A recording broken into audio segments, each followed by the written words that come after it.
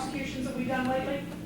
Got about 3 here in Tampa, and I have 2 in West Palm Beach, and maybe another 3 in Orlando. And this all between from April of last year to this year that we pursued successful. Yeah. Since we started the initiative. Sorry to ask this question, I came late. Don't be sorry. Yeah. So are you saying that there is other options other than being sponsoring under from an employer or getting the green card through the lottery? Right. Are there other options Yes. for us? Yes, there are. There are a lot of different options, and I could spend the next week telling you about them.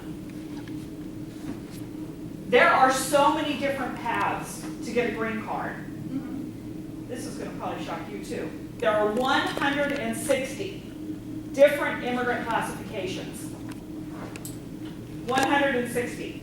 It goes from being married to an American citizen, to being the child of an American citizen, to being a refugee, to being an asylee, to being a child of an American soldier during the Vietnam era. It just goes on and on and on. 160 different ways. So yes, a family member can petition for you, an American citizen or permanent resident. It can be through employment-based petitions, a company that's willing to sponsor you and employ you. So yes, there are many different ways. There's a visa lottery, the lottery program that's run by the Department of State. And every year, foreign nationals have an opportunity to put their name in a hat, and it literally is a lottery. But that's one way that many people immigrate. Just like I said, there's 160 different ways. For someone say I don't have anybody here or I'm an American citizen, the only option is either being sponsored or the lottery. That's That may be. I mean, I would have to talk to you. We'd have to have a conversation. But those are, certainly an employer. You're an F1 student, foreign student, yeah, an employer. Employer, they're not willing to sponsor anymore. Because why would they sponsor and pay a lot of money when they can hire someone? Yeah. I'm going to let Mr. Zeller talk to you about that after we're gone, because he's probably more of an expert in employment-based immigration than I am. I work in a field office here actually a district office, but here in Tampa. We actually have offices, we call them service centers, where they strictly work on employment-based petitions. And they are the real experts. And so I don't know a lot about employment-based petitions. I know enough to be dangerous.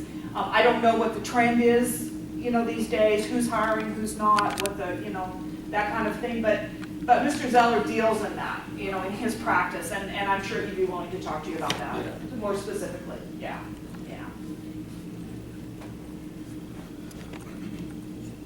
Come on, guys.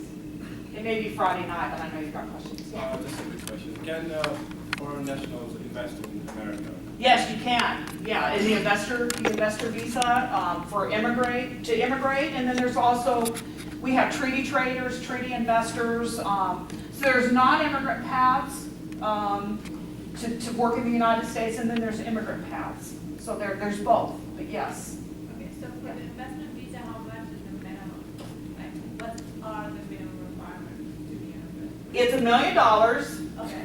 or unless it's in an underserved area, is that how it's defined? It's It's $500,000. on an immigrant basis, Yeah. it's an underserved area, it's Underserved area. 500,000. Yeah. But if it's on a non-immigrant basis, it's merely whatever you deem to be a substantial Yeah. amount of money.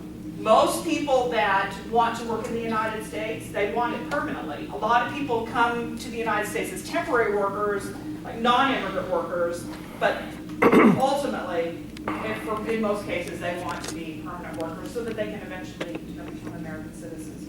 But for that investment piece, it is $1 million unless it's in an underserved area. It's $500,000. Yes. So if someone from a foreign national wants to invest, let's say $1 million buying a house or something, so he automatically gets a green card? Or? No. No immigration benefit is automatic. No immigration benefit is automatic, because if it was, we wouldn't have an application process. There are a lot of different rules and regulations and requirements depending on what the benefit is. but no benefit is automatic, and no one's entitled to an immigration benefit. There is an application process, you have to prove your eligibility, and again, depending on the type of benefit, you know, it comes with its own